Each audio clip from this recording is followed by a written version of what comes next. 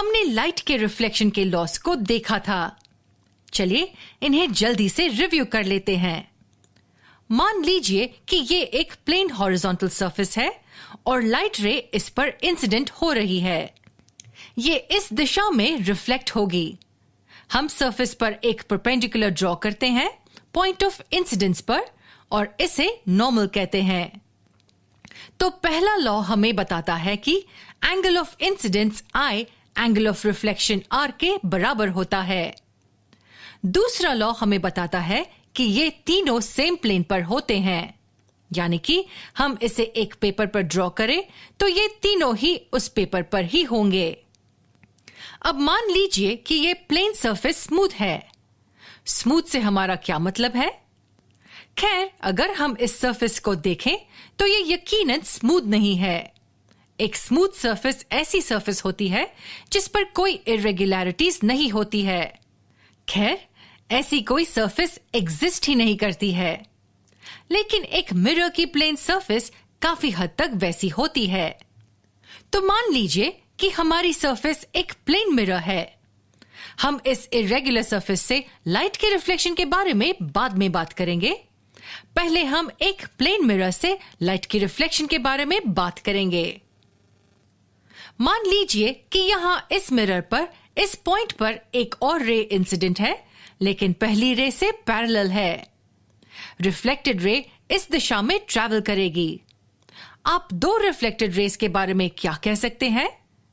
ये भी एक दूसरे से पैरेलल है। तो अगर इंसिडेंट रेस पैरेलल है तो रिफ्लेक्टेड रेस भी पैरेलल होंगे। उसी तरह अगर हम मिरर के सरफेस पर कुछ और इंसिडेंट रेस ड्रॉ करें तो इनसे पैरेलल रिफ्लेक्टेड रेस भी एक दूसरे से पैरेलल होंगे। हम यहाँ इंसिडेंट रेस को रेस के एक बंडल या ग्रुप के रूप में सोच सकते हैं जो एक दूसरे से पैरेलल है। रिफ्लेक्टेड रेस भी एक ग्रुप में ट्रैवल कर रही है। तो हम यह कह सकते हैं कि जब पैरेलल रेस का ग्रुप एक प्लेन और स्मूथ सरफेस जैसे कि प्लेन मिरर पर इंसिडेंट हो तो ग्रुप के हर रे रिफ्लेक्टेड होती है और सभी रिफ्लेक्टेड रेस भी एक साथ ग्रुप में ट्रैवल करती है एक दूसरे से पैरेलल। लेकिन नोट कीजिए कि ऐसा सिर्फ प्लेन और स्मूथ सरफेस के केस में ही होता है। ऐसा इर्रेगुलर सरफेस के लिए नहीं है, जो हम बहुत जल्द देखेंगे। एक प्लेन मिरर से लाइट के रिफ्लेक्शन को रेगुलर या स्पेक्युलर रिफ्लेक्शन कहेंगे। हम इसे कुछ ऐसे डिफाइन करेंगे।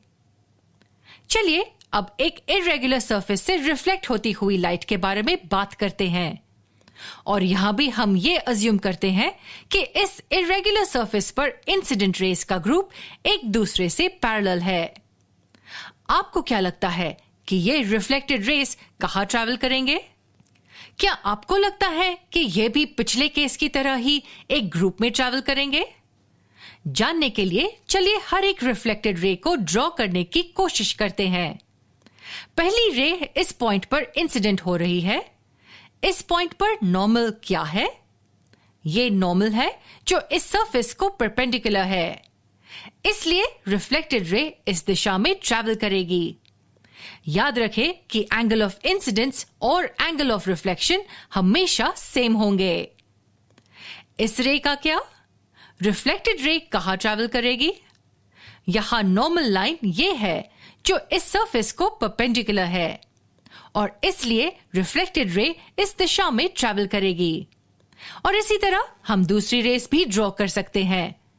तो क्या रिफ्लेक्टेड रेस जो ग्रुप में ट्रैवल कर रहे हैं इंसिडेंट रेस की तरह ही एक दूसरे से पैरेलल है? ऐसा नहीं है। इस केस में हर रिफ्लेक्टेड रे अलग दिशा में ट्रैवल कर रही है। एक इर्रेगुलर सरफेस से इस प्रकार के रिफ्लेक्शन को डिफ्यूज्ड या इर्रेगुलर रिफ्लेक्शन कहा जाता है। चलिए हम जल्दी से दो इंपॉर्टेंट पॉइंट्स जो हमने सीखे हैं उनका रिकैप करते हैं।